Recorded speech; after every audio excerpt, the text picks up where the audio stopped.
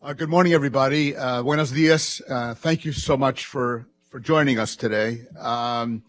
We're delighted, the dialogue is delighted to host this very timely and important discussion. And I know some of you have traveled some distance to be with us, so we're very, very grateful. As I think everybody in this room knows, I'm sure everybody in this room knows, the Chile pension system developed in the 1980s has been sort of a model, a reference for many countries in the region, and is currently under review. President Piñera proposed some reforms last October, and now they're making their way through Congress to address some concerns that have been raised by Chileans. Some have been dissatisfied with lower than expected payments from the system, and also lower benefits for women and informal and intermittent workers. President Piñera's proposals ask employers to contribute significantly more to workers' plans, while the government would also increase its contribution to a fund. Some analysts have questioned whether these reforms go far enough and how Chile can help current retirees who have not accrued anticipated benefits. With this legislation under review in Congress, it's timely to consider how Chile's pension reform has taken shape and what other countries in the region and elsewhere could take away from its experience over these years. In our meeting today, we'll address several questions, including what's the state of Chile's pension system, what reforms are needed, why have some participants in the plan been dissatisfied, and will these proposals that are making their way through Congress address the concerns that have been raised? And what lessons can we take away from Chile's experience, and how can policymakers overcome obstacles? I'm really very happy that we have a terrific panel of experts to help lead the discussion, and I'm equally thrilled that someone, a good friend of the dialogue, Sergio Zua, has agreed to moderate this event.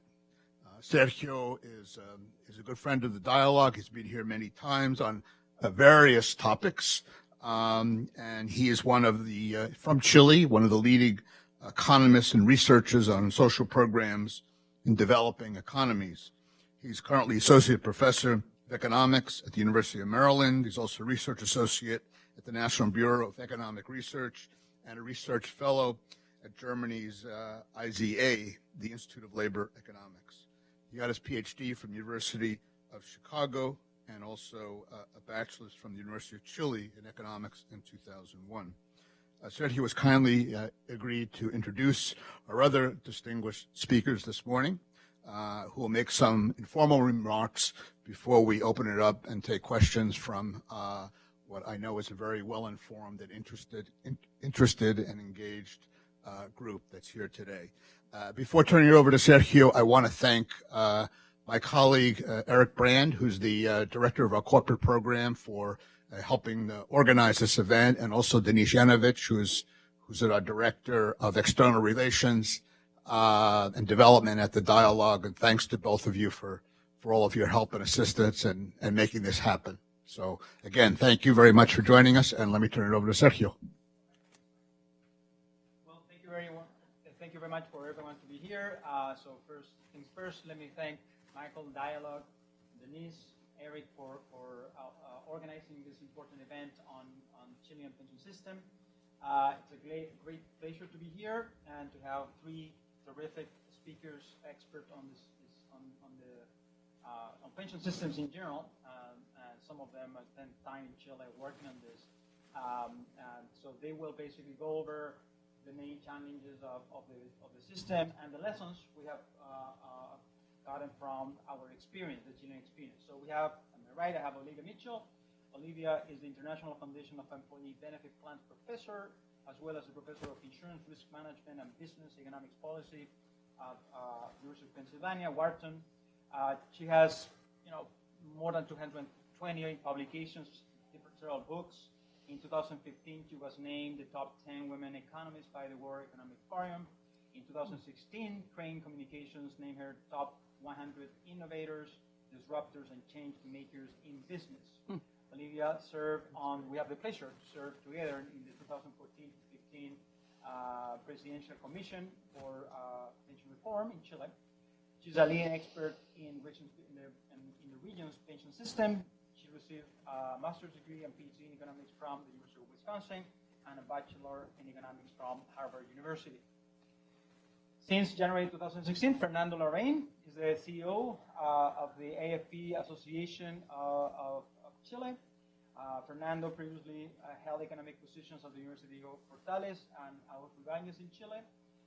He was an economic advisor for the Ministry of Finance between 2002 and 2003, Ministry of Energy in 2009, and Ministry of Commerce in 2014. He has worked as a consultant at the Inter-American Development Bank, OAS, among other international institutions. Fernando holds a BA in Economics and Business Administration from the Catholic University of Chile and a Master in Public Affairs from Princeton University. Last but not least, we have Truman Packard. He's a lead economist at the World Bank. Truman worked, research and work has focused on the impact of social insurance, of course, including pension systems, saving behavior, and risk management. As part of the World Bank, he has provided assistance to governments in Latin America, the Caribbean, Central and Eastern Europe, and East Asia.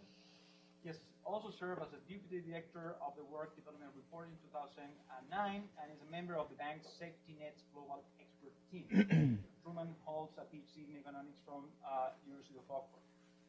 So the plan is as follows. Fernando will go first, then we have Olivia and Truman. We asked each speaker to present with something around 10 minutes. 1 minute before those 10 minutes, I will signal each speaker that they need to start wrapping up. And the three presentations will be followed up by Q&As. All right? So without further delays, let me introduce you then to Fernando. Fernando, the floor is yours. Thank you, Sergio. Let me start by thanking the dialogue for making this happen. And to have this, it's an honor for me to be here with Professor Mitchell, with Truman, and Professor Ursula. I think that probably with climate change, aging and pensions are going to be the biggest debate in public policy in the next 20 or 30 years. So I think this is very, very important to happen. So let me start. Let me start a quick overview of some international experience, because what is going on in Chile today, it's also going on in different countries in Latin America. There is a reform that is being debated in Mexico, in Brazil, in Colombia, in Peru, Dominican Republic, and different countries. But there is also a big discussion as well in UK, in the Netherlands, in Australia, and in other countries. So what we have learned here is that if you take into account the Mercer Pension Index and you rank different countries, you can see that Chile over there is on the top 10 of adequacy, sufficiency, and other characteristics of the Chilean pension system. But when you go abroad and you try to understand what make good pension system, regarding what citizens would like about the pension system, there are a couple of things across countries that I think it's good to know in advance. So first thing is that there is a role for the companies, the employers, there is a role for the state, and also there is a role for individuals, for the people. So you need these three stakeholders to work together in order to deal with a pension system. The second point that I would like to point out is that in order to have good pension, coverage and density of contribution is crucial. So if you see the case of the Denmark or the Netherlands or Australia, what you will have is that wide coverage, good density of contribution, and labor formal market are crucial to understand why you're getting good pensions. Third point that I would like to point out is about institutions. When you take a look on different countries, what you can see is that you need institutions to go beyond from government A, B, or C. And that's something that you need to build consensus, because you cannot be switching pension plans every 4 or 5 years, depending on the term of the president. And then the other one is that I think it's very crucial and important to mention is that in all of these cases, it looks like the design of the pension funds is a multi-pillar system. You have a first pillar that is mainly a state pillar, a solidarity pillar. Second pillar, it's an individual contributory pillar. And then the third one, you go on voluntary pillars. That design is also the design of the Chilean pension system. And I would like to point out at least that in all this discussion, what we have learned is that going back to the traditional pay-as-you-go systems for different things like aging, fiscal balances, etc., it looks like it's non-viable in general, okay, in general terms. So the debate on pension reforms, as well as Chile pension reform, has different issues and dilemmas that we are trying to tackle here. One has to do with the economic context and the low rate of returns that we're going to face in the future. So that's something that we need to address on. We are dealing with very big, and in the case of Chile, very fast demographic changes. What the US took 60 or 70 years in terms of health and quality of life, in Chile took only 20 years. So this is very fast. Third, we are working on the issue of rights and duties of workers. If you see different pension system, in order to get a pension, you need to do something. It doesn't come from heaven. So you need to work, you need to contribute, you need to pay taxes, you need to build your pension. And there is a whole discussion, again, about, I would say, more intergenerational discussion on freedom to choose, or collective agreements, or how you're going to deal with this pension fund. So in all that, this is kind of a big overview of the discussion of pension reforms everywhere.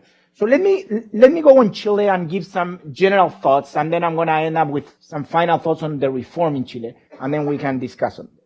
So first thing is that the Chilean pension system haven't had structural changes in the last 40 years.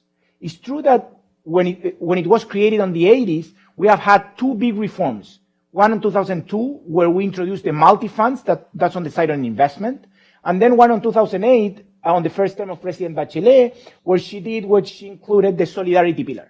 But we haven't had any reform at all on the contributory pillar, and we haven't had any reform that has changed parameters. And Chile, in the last 40 years, has changed a lot. GDP per capita has multiplied by 5. Quality of life has increased a lot. Our life expectancy today is higher than the one here in the US. So it's a completely different country, and we are still stuck in the same parameters that where the system was built. So in the actual scenario that we're facing, I'm positive that we need a reform today, and we need changes on the system that can tackle this different issue. And there is no one single factor that can explain why the pensions in Chile are below the expectations of what people are looking for. And let me show this with two very specific examples. So let's think on a typical lady in Chile. So a typical woman in Chile will work for will contribute on the system for 15 years. She will work for 40 years, but she will turn in contributions only for 15 years because she's going to translate from formal to informal market. If she contributes 10% of her salary, she's going to end up saving 1.5 years. She retires at 60 years old. That's the legal retirement age for women. And her expectancy of life, she's going to get until 90. So she saved 1.5 years in order to have to finance a pension for 30 years. So there is no math here. There is no investment rate policy that could do a good pension for her. That's one example. The other example, let's put on the side of men now. Imagine a man that contributes for 25 years in the case of Chile. If you take the bill that President Piñera proposed and you read the bill, on the diagnosis of the bill says that man that contributes 25 years, 10%, he's going to have a replacement rate of 78% of his history of wages. Okay. If that same man with 25 years of contribution would have retired in the Netherlands, that man would have had 45% of replacement rate. So 78% average in Chile, 45% in the case of the Netherlands. And if if you go to Canada, for example, on the Canadian pension plan, the Canadian pension plan asks you to contribute 10%, and they told you that you're going to have a replacement rate of 25%. Okay, so that's in general terms. The problem is that the average repayment rate in Chile is much lower because the majority of people contributes less than 20 years. And that's something that we need to tackle that we're going to discuss here. And we can discuss a lot regarding the thoughts on the role of the state, the role of the pension fund, the roles of these different stakeholders. But if you see the whole debate in Chile, what we have learned is that there is an issue that is recognized across all political sectors and everyone, that the role that AFPs have done in Chile regarding return and safety of the funds have been more than good. Let's put it that way. If you see the 220 billion that we manage today in terms of assets under management, 30% of that is explained by the contribution of workers. 70% of that is explained by the return of the funds. Okay, so I would like to point out, because I think that is important. So what type of changes we need to introduce? If you think on a reform, what are the type of changes that Chile would need to introduce? And I think this is across also some countries in Latin America. So first is that the pension is a mirror of what happened in the labor market. Okay, so in the case of Chile, for example, in 2018, more than 3 million people didn't contribute for their pension. That's around 30% of the whole labor force. Okay, so all that pensioners would have not able to contribute for the pension. If you see the amount, the pensions paid on 2018, 30% of the pensions paid were for people that contributed less than 10 years. If you take the ILO standards, the International Labor Organization standards, they would say that less than 10 years, you would not receive a pension. They call it other way. For 10 to 30 years, you will receive a partial pension, and only if you contribute more than 30 years, you then will receive a pension.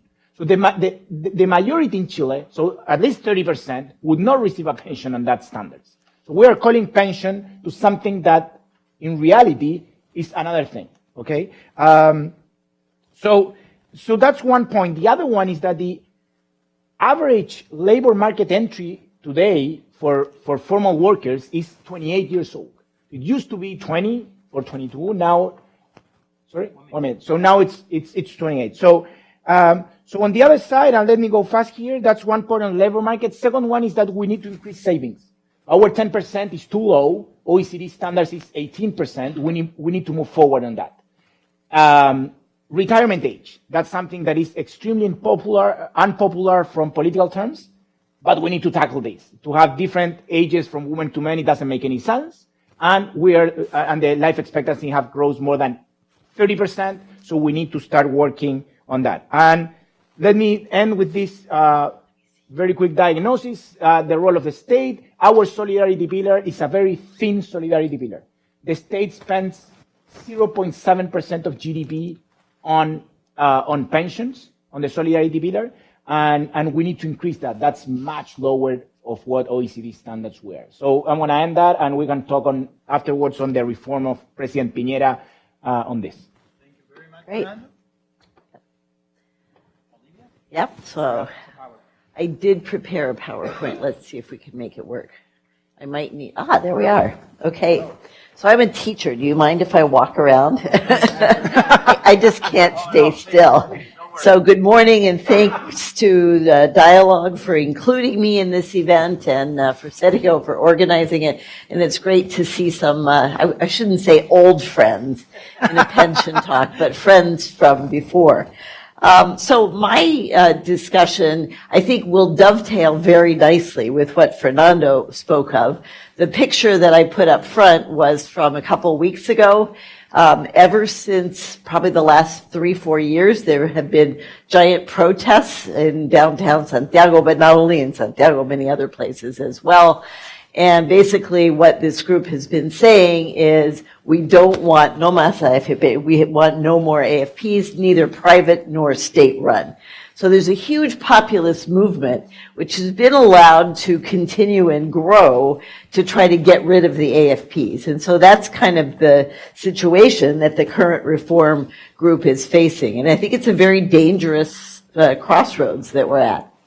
So as we were just hearing about, Chile already has a multi-pillar system. This is something that I think is not widely known outside Chile.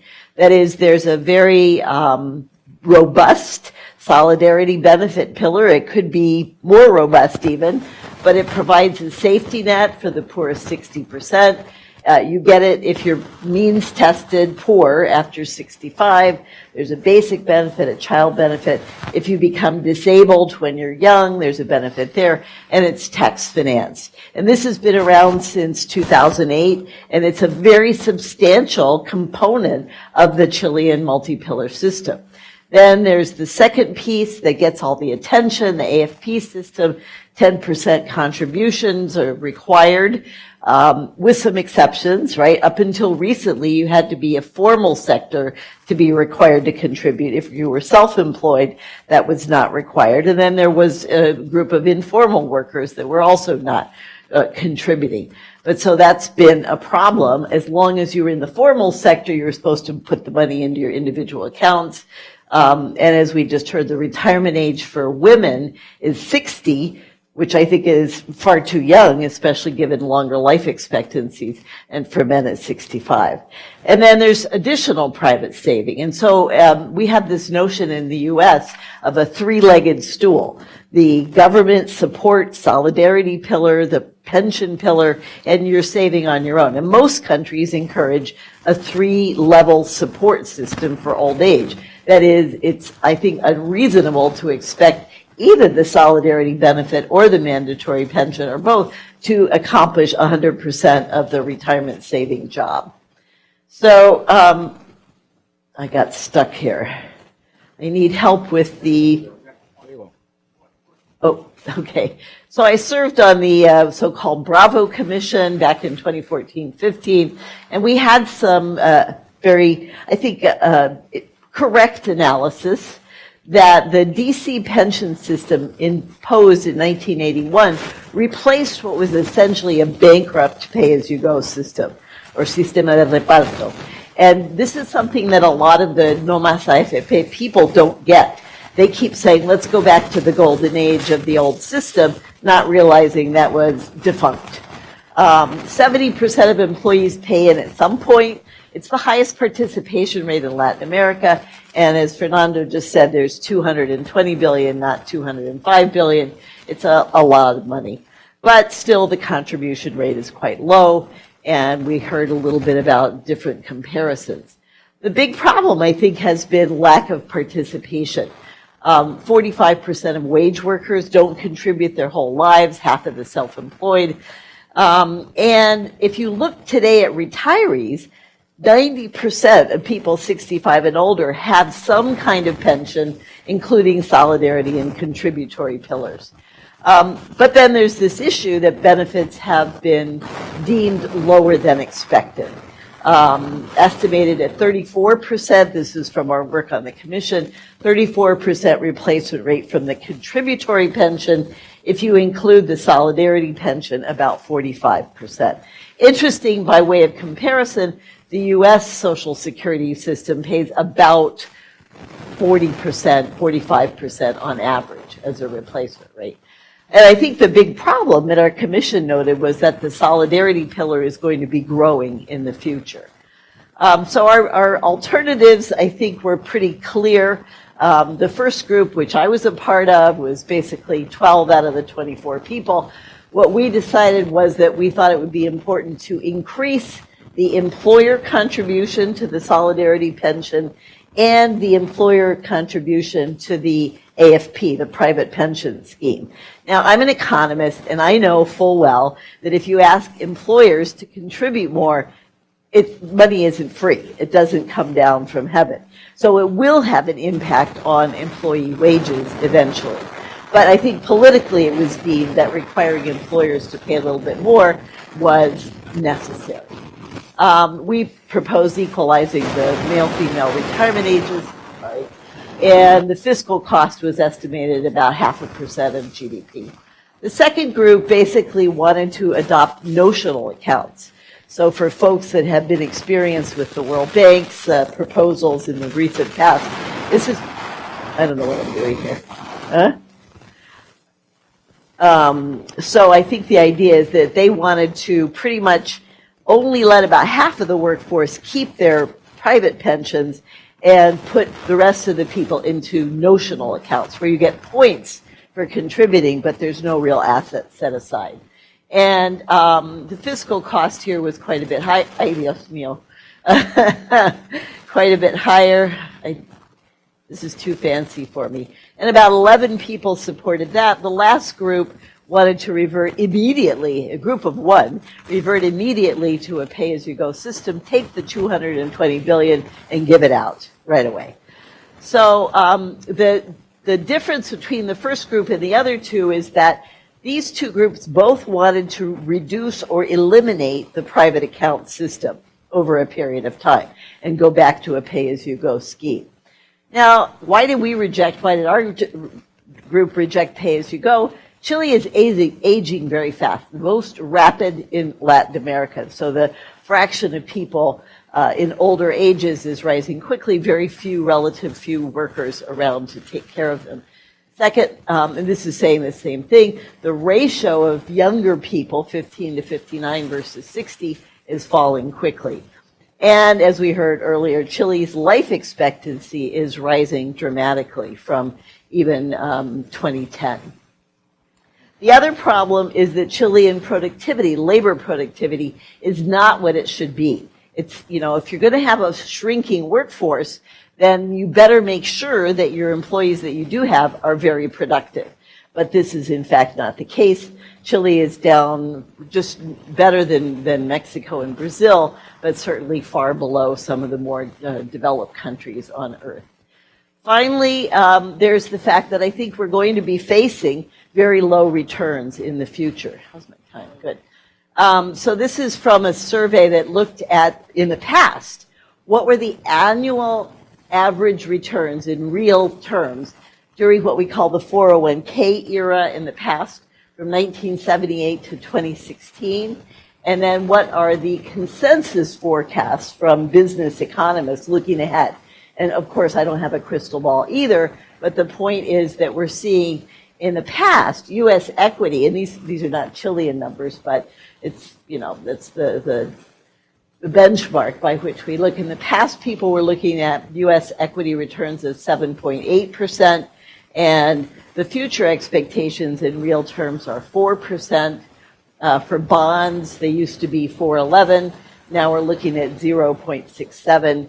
So that a 60-40 portfolio could only be expected to pay south of 3% expected returns. So this is a big concern, because what it means is that for every peso or dollar or whatever you save, it's going to work less hard for you. Or putting it the other way, you're going to have to save a lot more in order to be able to reach a replacement rate in retirement. So for example, if you save for 20 years with a real return of 0.03%, and if you want to hit a 50% replacement rate with your private account, assuming that there's other sources of support in old age, if you're going to save only for 20 years, you have to save 27.5% of your salary. If you start saving young, okay, it's better, 11%. But if we now think that the expected real return is going to be closer to 1%, and you're only going to be saving for 20 years, you're going to have to save half your salary. And so this is a very hard or cold bath of water that we're going to have to face in the future. I think there's going to be some discussion, I hope, about fees. These are the mutual fund fees in the U.S., and we've seen a decline over time in the fees that have been charged, or especially retirement savers. And the index funds for bonds and equity have been very, very cheap. In Europe, the typical load that you see is something like 1.05% per annum on assets under management. It's a little bit more complicated in Chile because the way of charging the fees is different, but I think there could be more work done there as well. So what are the current proposals? I list them the way I see them and also the questions that I have about them.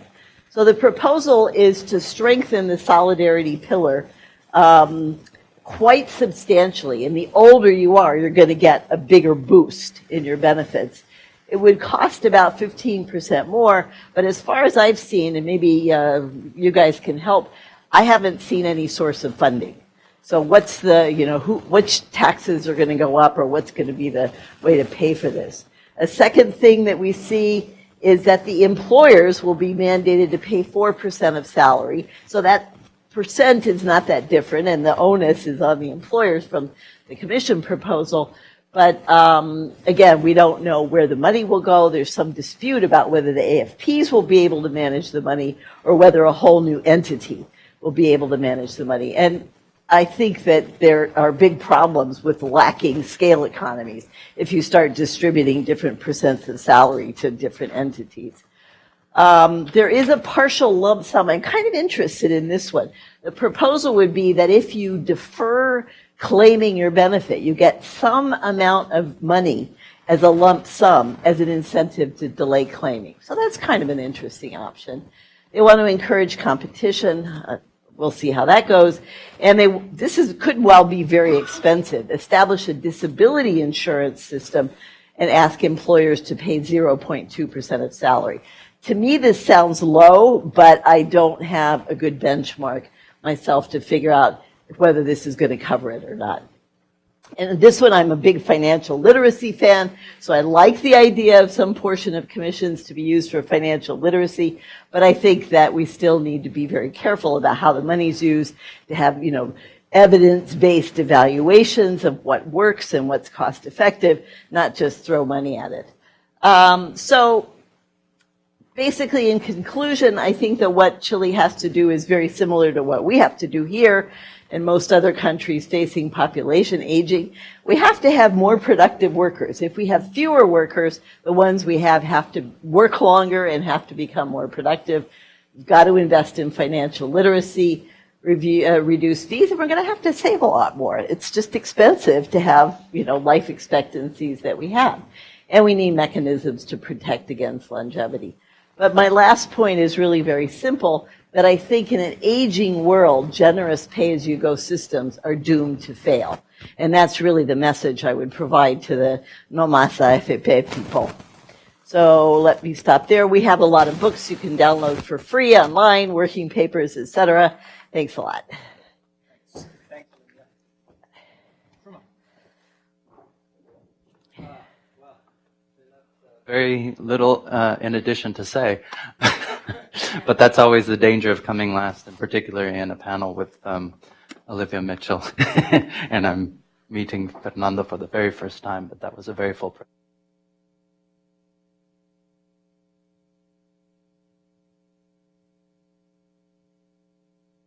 Numbers, I'm not referring to the World Bank's latest forecast for growth of the world economy. I'm talking about numbers that are far more stable. They are very robust to changes over time, even changes over policy. They've proven to be very robust. Those magic numbers are magic not because someone invented them. They all have an origin that's very logical, sometimes even very scientific. Their magic comes from their power to bring people out onto the street. And the magic number in Chile is 70. The magic number in Argentina is 82. The magic number in Brazil is 100. And I'm told, as of yesterday, from a delegation from the Kingdom of Saudi Arabia, that the magic number is 85. And that is the number that people remember from the defined benefit promise, from the regime, the pension regime that they live under or lived under before. Fernando mentioned that it was difficult to pinpoint a single cause for the level of discontent with pensions from the AFP system in Chile today. He's right, but I would argue that that this magic number would be a good candidate if you tried to narrow in on one single factor. And that's because a defined contribution system, as Olivia has just pointed out, would have to have very different set of parameters in order to reach 70% of replacement. And we haven't gotten into a conversation about 70% of what base. But that's part of the magic.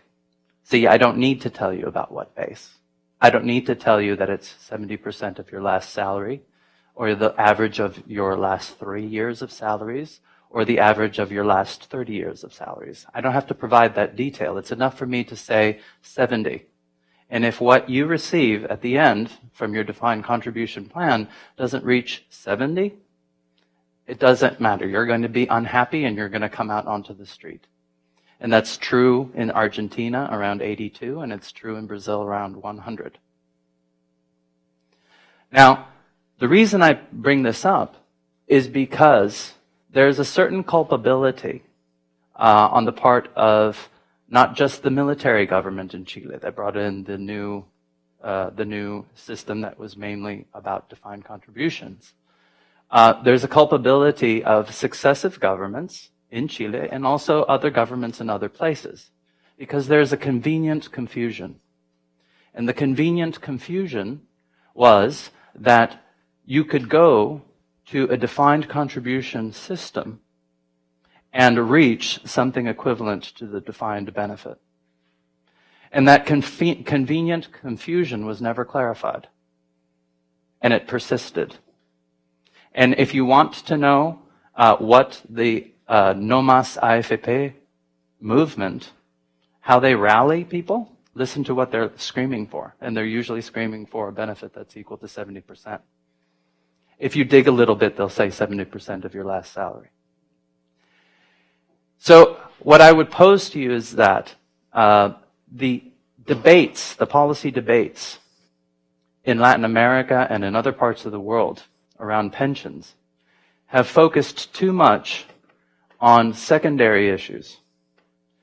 Private management versus public management, funding versus pay as you go. When they really need to be focusing on the far more fundamental issue. Risk pooling versus individual savings.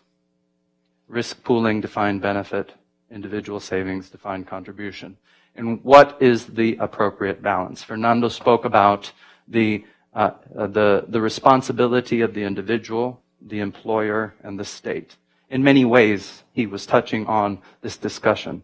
What part shared risk? What part individualized savings? That's where the debate should be. And that there has to be greater honesty about what the individual savings part can really achieve.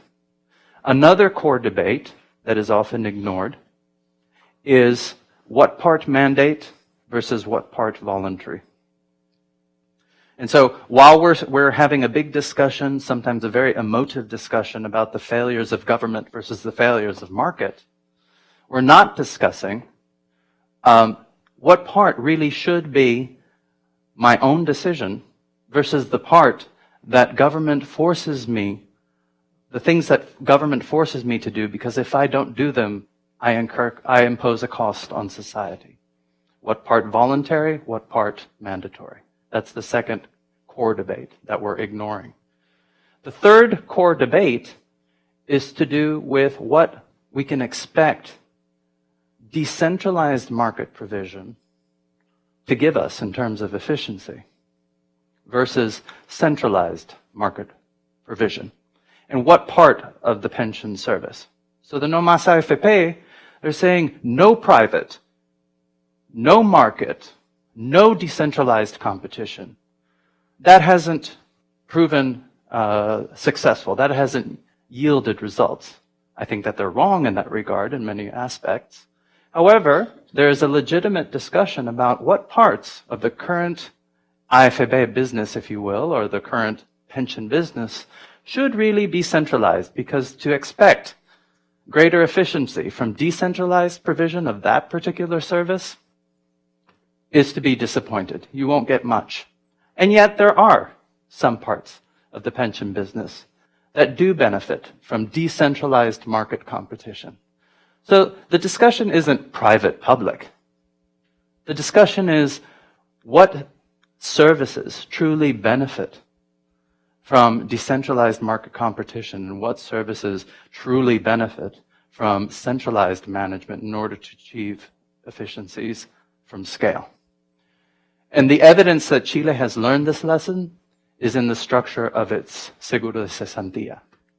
the unemployment insurance arrangements, which also combined individual savings with solidarity risk pooling, and are also managed privately, but they're managed, much of the functions are managed centrally, where the license to manage is then bidded out, taken to tender. So I think that I'll stop by just saying there needs to be greater honesty, greater transparency, and I think that it would be far more powerful for governments to be honest with people about what a defined contribution arrangement can yield. And also, as Chile has done, build up the solidarity pillar, which for many years was very meager, and I wouldn't even call it a pillar. Any arrangement of 3 pillars with a solidarity pillar like there existed prior to 2008, that building would have collapsed. So I think that what we see is an advancement, and on the whole, the pension system in Chile is far better designed and far more resilient to changes in the world of work that are going to make the probability of shorter durations of unemployment and even the probability of long spells in self-employment far more common than they are today. I'll stop. Thank you very much. Thanks a lot. Fantastic discussion. So now I open for questions from the audience. So before, please, your name and First of all, thank you very much for the conversation. My name is Alex Schober, and I'm the lead analyst for the Southern Cone at a company called Ducker Frontier. It was a very interesting discussion for someone who is just a recent college graduate. It was a little terrifying, but I really do appreciate the comments that you guys had. My question is if you could discuss a little bit about what are some of the sticking points of the current proposal in Congress by the opposition, and what do you think are going to be the topics that are needing to become more of an agreement in order for this pension reform to pass?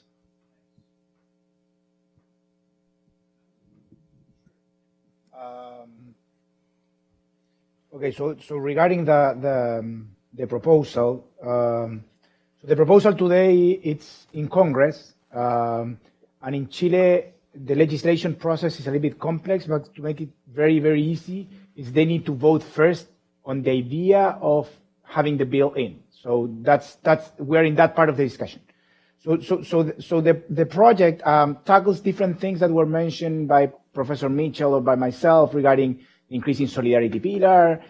They put an insurance of people with unemployment. There are some issues on operations that make things better. So that's on the good part. On the other part, 40% of the reform is on things like Truman said, they are no important at all. And has to do with all the discussion of this no más AFP movement. That just to make things fair, on 2016, the no más AFP movement put 500,000 people on the street. The last protest, they put 3,000 people on the street. So the amount of people that supports the no más AFP movement have been going down very fast for different issues. Okay, but on that part, the project does not change the reality on the labor market. So we're going to still have the problem of these 30% people or so that goes from formal to informal. So it doesn't matter how much you increase your contribution rate. If they don't contribute because they are informal, nothing is going to happen. And the solution in order to deal with this no más AFP, the government is proposing that a whole bunch of different asset managers can manage that increase of contribution. And by doing that, they allow them to do cross-selling and different things. So that is very risky for affiliates. Why? Because they're going to end up paying a double fee, one fee on AFPs and the other one in this 4%. The other thing is that allowing cross-selling, we are going to put in risk one of the things that I think on the system has been very good, that is this Chinese wall between what pension funds can do and other companies can do, because you can end up giving very cheap short-term credits by charging very very high fees on your pension. That's something for young people. You just don't care at the very beginning. And where are the main issues that it's going to be on the discussion? If you see the reform that was introduced by the previous government, that could be like the base on the opposition side, I would say that there are three main topics. One has to do with who should manage that increase of contribution, in the sense that that money should not go to the AFPs. It's very, very inefficient. It doesn't make any theoretical idea, but it's more on a political, populist way of dealing with what's going on. However, when you ask people, if you see the voluntary pillar, the voluntary pillar can choose, people can choose where to put their funds. And more than half of the population, more than half decided to put their funds on the AFPs. And they can choose between insurance companies, banks, or whatever. So that's something that's on that part. The other thing is that the opposition would like the state to have a bigger role, not only on the solidarity pillar, but also on the contributory pillar. How to do that? We can discuss that. And the third point is how, the big point is, when you think on that reform, you need to solve a short-term problem. The short-term problem is what to do with people that are already pensioners. They cannot build upon a better pension. Young people could do that, but the people that are receiving today $600 or $700 and they don't like their pension, what are you going to do with them? And for them, there's like magic numbers. There's no magic number here. You need to give them somehow money, or just tell them they're not going to get better pensions.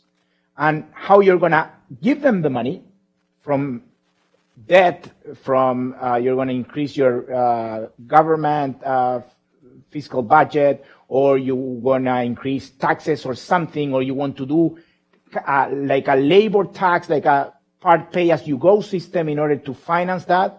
That's something that is on the discussion. So those are the three main topics that are over there. And let me point one thing that Truman said. I think it's what we have learned from the FSA, that is this managed from unemployment insurance, is something interesting. But let me point something. The fees that the FSA charge are the same that the one that charge the FFS. And the return of the funds of the FFS are lower than the one that the FSA are lower than the one of the FFS. So it's good to know on the view of what's going on here. But those are the three main issues that we are going to have to discuss in the next, hopefully short term, but it's going to be long. Thanks. Yes, 1 second. So my question is about your name. Desiree Green with Prudential. My question is following up on what Fernando was talking about, cross-selling. I know that other countries are looking at expanding the number of providers. For example, Peru is looking at expanding the service to banks. Can you speak, Olivia and Truman, about your thoughts about expanding this pool of providers and allowing cross-selling? Wait, you start. Truman, you want to? Well, look, if we take the whole philosophy and rationale for the benefits of market competition in the provision of some pension services, then it seems to me contradictory, on the one hand, to say people will benefit from decentralized market competition, and then on the other hand to say, but we will close off the legal provision of the service to this select few providers. That to me seems like a contradiction. Now, it's a contradiction that's academic, because as you go into the real world and you're setting up these systems for the first time, you have very, very poor or weak governance environments.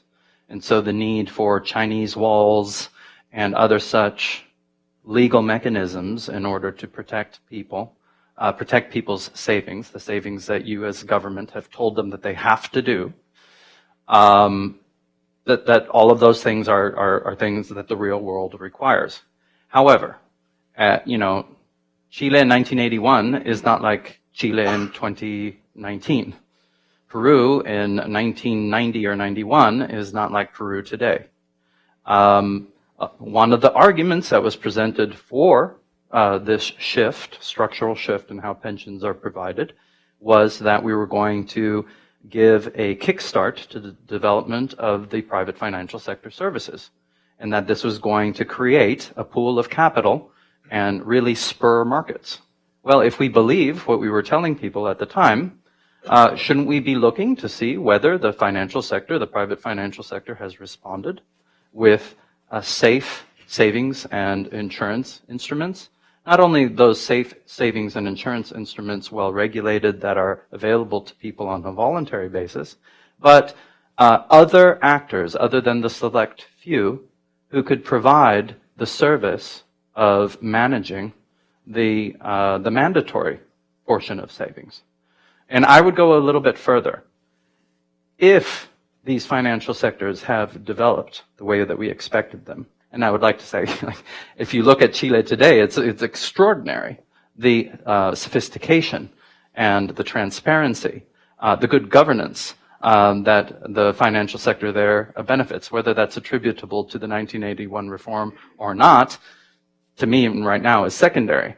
What's first order in the discussion is, has Chile's financial sector grown up enough now so that it no longer needs a cloistered, select few providers of the service? Can we grow up and have other financial actors provide the service? And furthermore, is there any need to have decentralized account management? There's a lot of services that, for very, very good reasons, were provided by the AFPs in the past. But now, those services that don't really benefit from decentralized competition could be re-centralized at a very, very low cost and help to bring costs of fund management down even further than they have gone. And I think it's important to recognize that the industry has triumphed in bringing down the costs that it charges. It's the cheapest and by far in Latin America, and it's global competitive. But as Olivia pointed out, even as much as it has triumphed in providing cheap services, it could go cheaper. And it will need to go cheaper if we are going to live up to these expectations that we're building in people, that yes, you can reach this magic number through a defined contribution arrangement. The only thing I would add is that, in the U.S., we have some enormous fund management groups. I believe it was Fidelity just announced that they would offer savings vehicles that would have negative fees.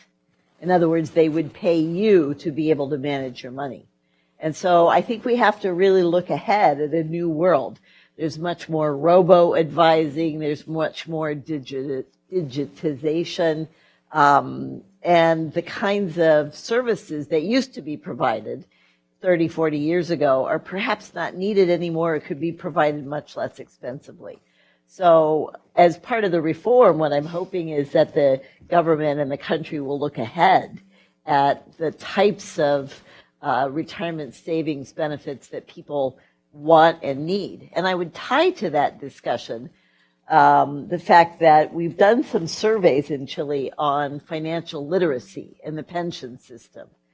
And people have no clue, and I think this is a reason for the No Más AFP movement, people have no clue what their pension system is doing.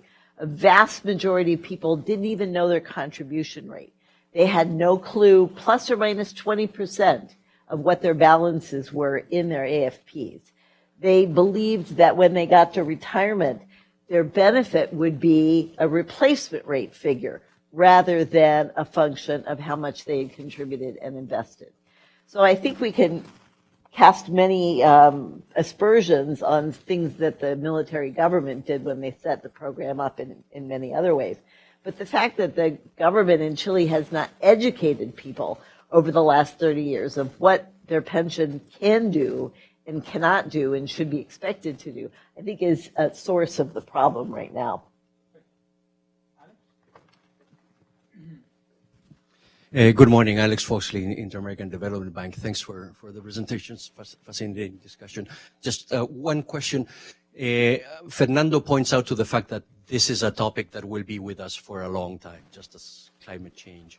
And my impression is that the discussion we're having so far, especially the reforms in Chile, are trying to address very dramatic and urgent issues that we currently face, retirees and situations of people facing retirement. What I'm not sure is whether we are looking ahead of the game, in the sense that, you know, there are these two elements in the Chilean situation, but also across the board, which are changing and will change very dramatically. One is the labor market through automation. And the second one is the effect of migration, which addresses some of the issues in the demographic change. So I don't know whether issues in the reform are looking into this, or it's just a reform trying to sort of correct issues from the previous reforms. And if not, what type of debate are you having within the World Bank in terms of regional, through academia, in terms of what type of pension system should we be looking at? Thank you.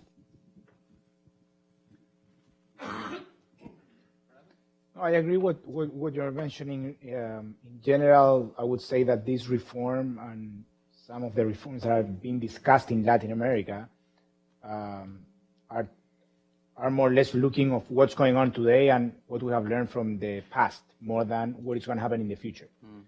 But I think that what's been going on in Chile and in Latin America could help also in countries like the US and Europe, that are countries that were not used to have this informality on the market. So these Uber drivers or Airbnb, the way the labor market is going to change, it's going to put, I think, a big pressure on Europe and the United States regarding their pension system, because they are not used to low density of contributions. In Latin America, we are more used. However, I think we need to start discussing what you're mentioning. And the Chilean reform does not discuss at all that thing, at all. I think that's one of the problems that we are facing is how, and I think again, Professor Mitchell can highlight some topics on the research, but we need to create nudges to people in order to not to teach them that saving is important, is to change their behavior towards saving. And that's something we are going to need to start talking, the sooner the better, because of course, labor market is going to change. It's going to change. And migration is it's a big another topic, because it's what it might happen, especially in what's going on in Latin America. It's people will work a couple of years in a country, and then what is going to happen with your money? It's true, it's your individual account, but does make any sense if you work 3 years to receive a $10 pension when you decided to retire in your own country or somewhere else. So I think that the discussion towards migration, it's going to start a discussion of how you move your funds, with one big caveat that it's very dangerous. That is, when it's mandatory and you allow people to retire the whole funds to do whatever you want and not to finance pension, then we are not talking about pension system, we are talking about savings system. And that was the initial discussion in Peru, and they end up retiring 95% of their funds to do whatever they want. And that's not a pension system anymore. So I think it's a really fascinating question. And in fact, the European Union has been working on this very topic, because the notion, except for, I guess, Great Britain, is that there's supposed to be labor mobility as well as capital mobility across the EU. So they have just proposed something called PEP, Pan-European Pension Program, I think, PEPP. And the notion is that it's going to be a defined contribution, which you can pay in no matter where you work in Europe. Exactly how the structure will be set up in terms of where the money goes, we don't know yet. They're talking about target date funds, so that if you think you're going to retire in 70 years, then you put your money in a fund that is riskier when you're young and safer when you're old. The other tweak that the Europeans are focused on is whether this pan-European pension should have a money-back guarantee, because this is always, the struggle between defined benefit and defined contribution. how much will it cost to make sure that at least you get your money back? And it's not free. We can be sure of that. So, so I think the notion of having a pan-Latin American pension structured like maybe the PEP would be something that we should start discussing. The World Bank has a white paper that should come out in June, and the title of the white paper is Risk-Sharing Policy for a Diverse and Diversifying World of Work. And the idea is to examine existing labor market regulation structures, labor institutions, and social insurance institutions to make our best guess as to what aspects are robust to the changing nature of work that you described, and which are not robust. And what's interesting is that there are lots of features of social insurance that if you dig in history, those features are considered principles. They've been elevated to the category of principles, when in fact, when the choice was made to arrange things this way or to design things this way, it was just a pragmatic solution to an administrative problem. Now, I'll give you a specific example, and it's structuring financing through a levy on payroll.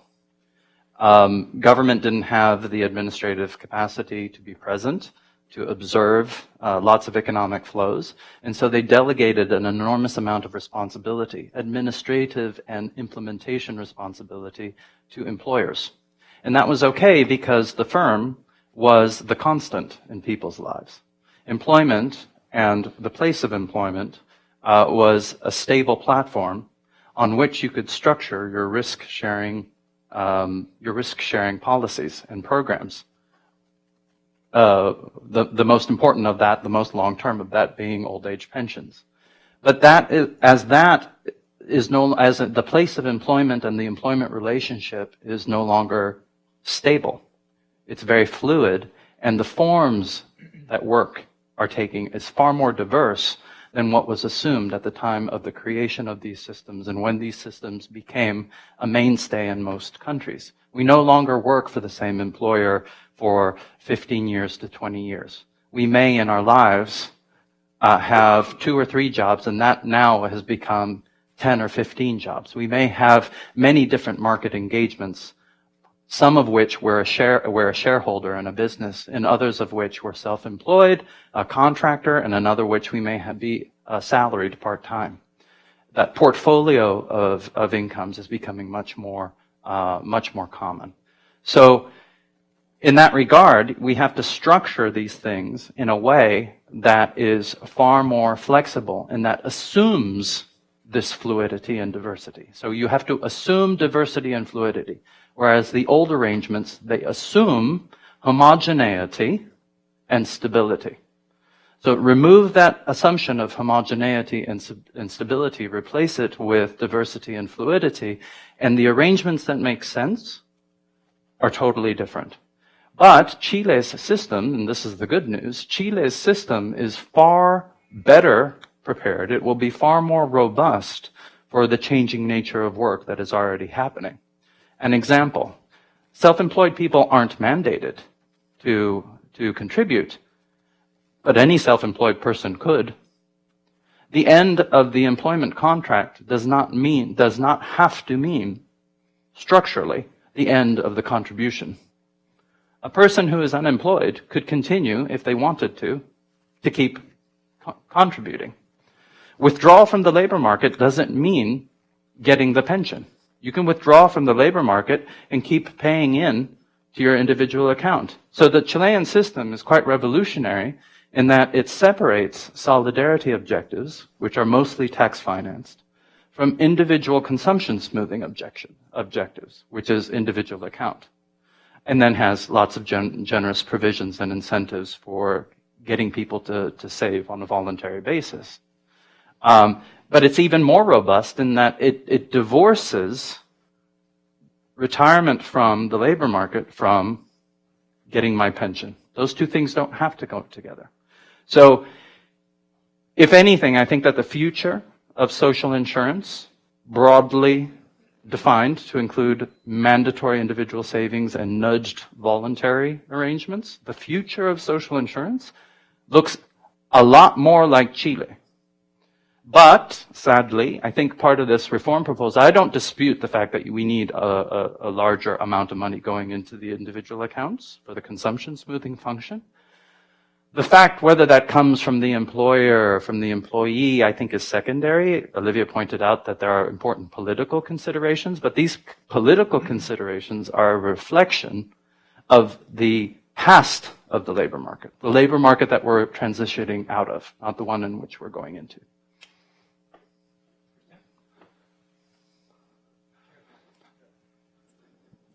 Well, thank you for the presentations. They were really, really good and really interesting.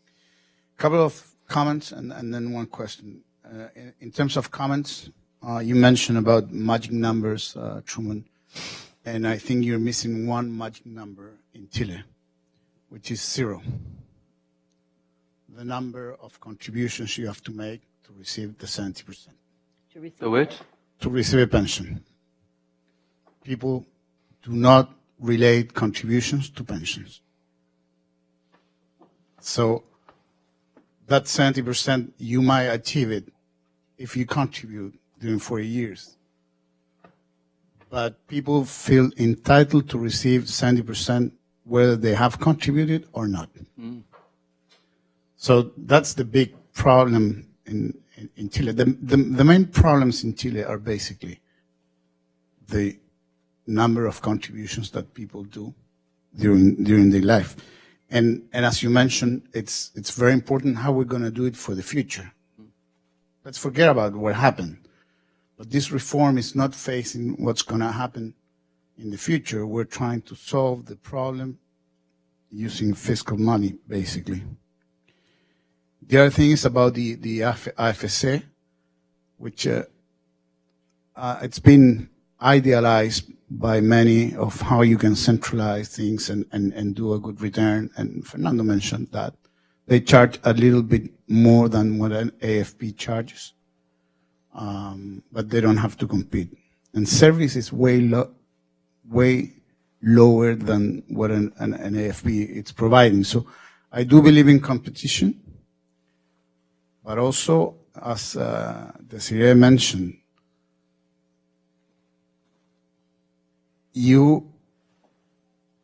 we're not asking for a closed market, but we just ask for a market with same regulations. I mean, financial industry in the U.S., I think it's very, very well developed. It doesn't mean that you don't need a requirement to be a bank.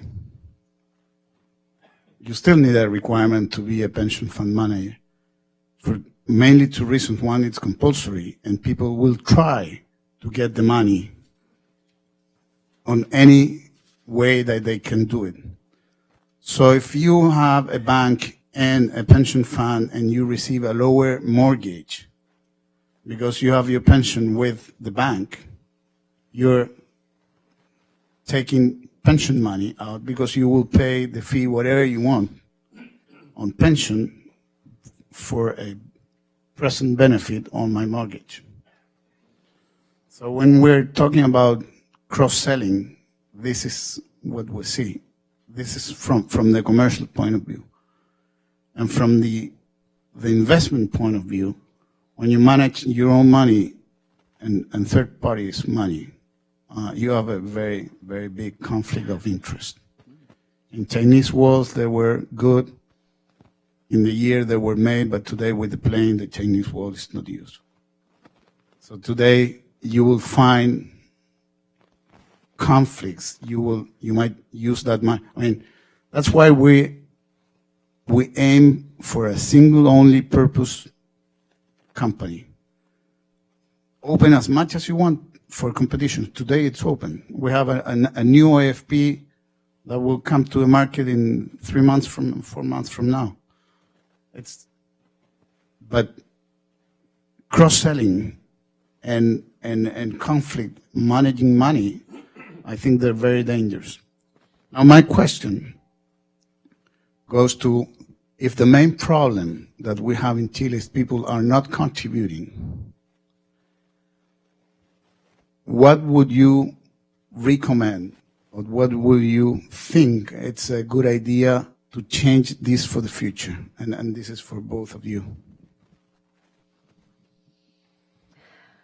Well, I think one of the key issues is, again, financial literacy. That is, if you think of your contribution as a tax and you don't relate what you're doing now to the benefit that you might get several years from now, then you're going to have to educate people. I think that's number one. There's also ways that people have developed. I mean, let's be clear, saving is not fun, right? Saving means you're not contributing, you're not consuming. So if I say to you, you have to save 10, 15, 20% of your income, it means you can't go to Cancun or you can't buy a new car or whatever. So you have to think about ways to make saving fun. There's a fellow who's now in the UK, Peter Tufano, that has worked quite a bit with the British lottery savings system, if any of you are familiar with that. So the notion is that you put your money in a bank, and the money that you have saved in the bank entitles you to lottery tickets. And most people get very little, but some people get, the big check, and they're on TV. And it's very exciting, and it's very rewarding. People like to win money. On average, they pay about the interest rate that you would get from a bank in the UK. But they make saving fun and exciting. And this is something that we have to think about, because just to say, save more, is not a very persuasive story. I agree. Saving is not fun. Consumption is fun. One of the things that's left over from the late industrial era, when these pension systems were first designed, is the notion of taking contribution from earnings rather than from consumption.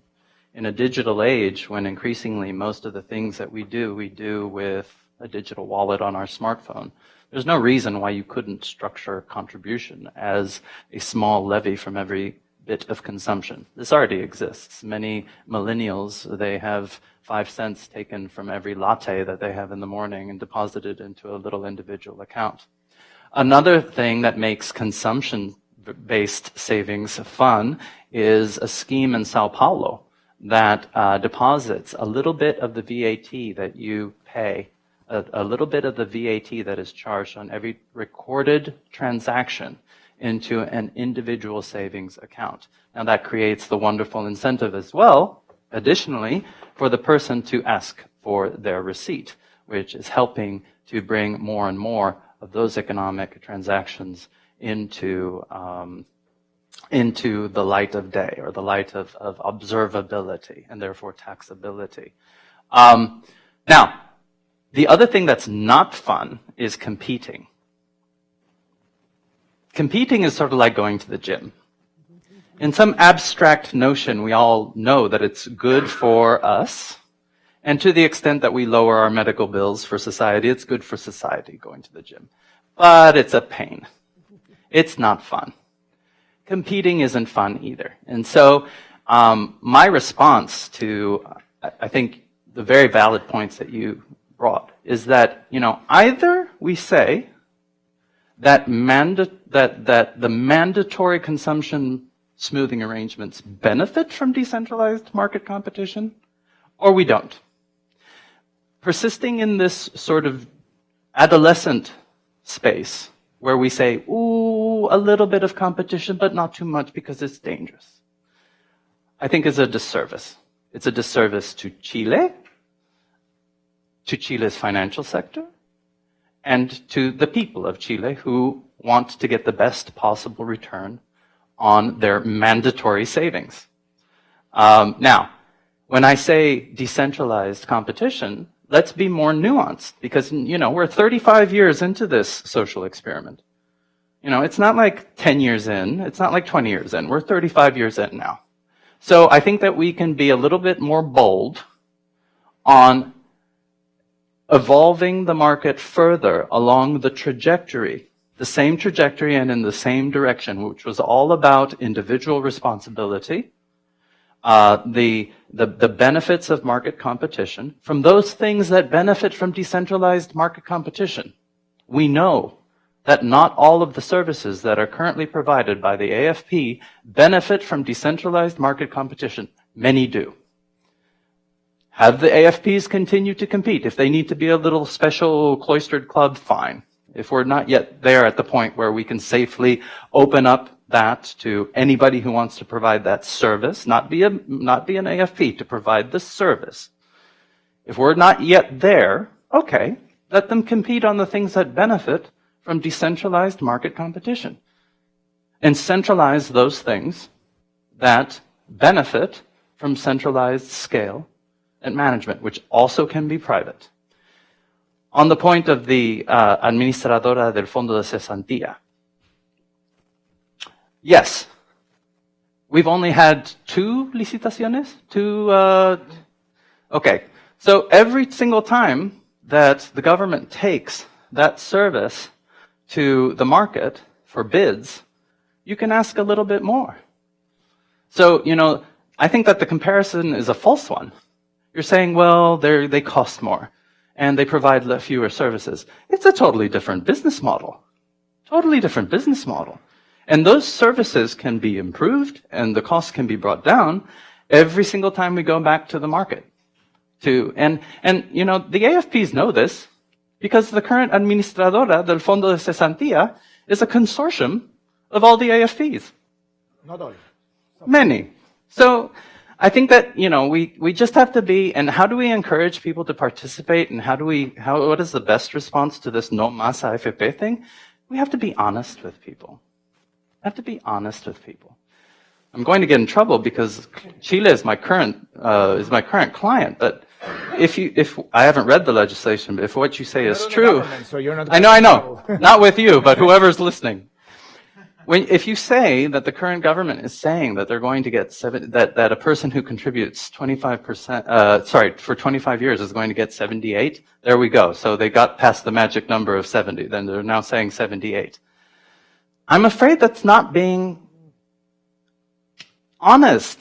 I agree. According to the parameters of the projections that Olivia presented, being honest about what can be achieved from a defined contribution plan is first and foremost, because then people say, well, I'm contributing into something that has credibility. But if it starts out from a false promise of 70%, then all you're doing is creating problems down the road. It'll be the no más AFP 30 years from now. Of course, everything does. What important policy initiative or change does not require political courage? It's the number that people have achieved. It's not what they're going to receive. That's what in the message of the but people that retire in the last 5 years, this is what they get. When we transitioned to defined contributions, government chose to no longer be in the business of putting any value. No, I don't, but it's just a fact. Yeah. And one little thing. All these lower fees that we are trying so hard to get, in the case of Chile, due to the way the fees are charged, are not better pensions, but just more consumption today. Because the fee is not charged from pension money, it's charged from your salary. All right, so there's something great about these events at the dialogue. They are always ending on time, so that good record. So thank you very much. Thank you for the speakers for coming. Thank you for all of you for coming, and be in touch. Look at the website, the dialogue.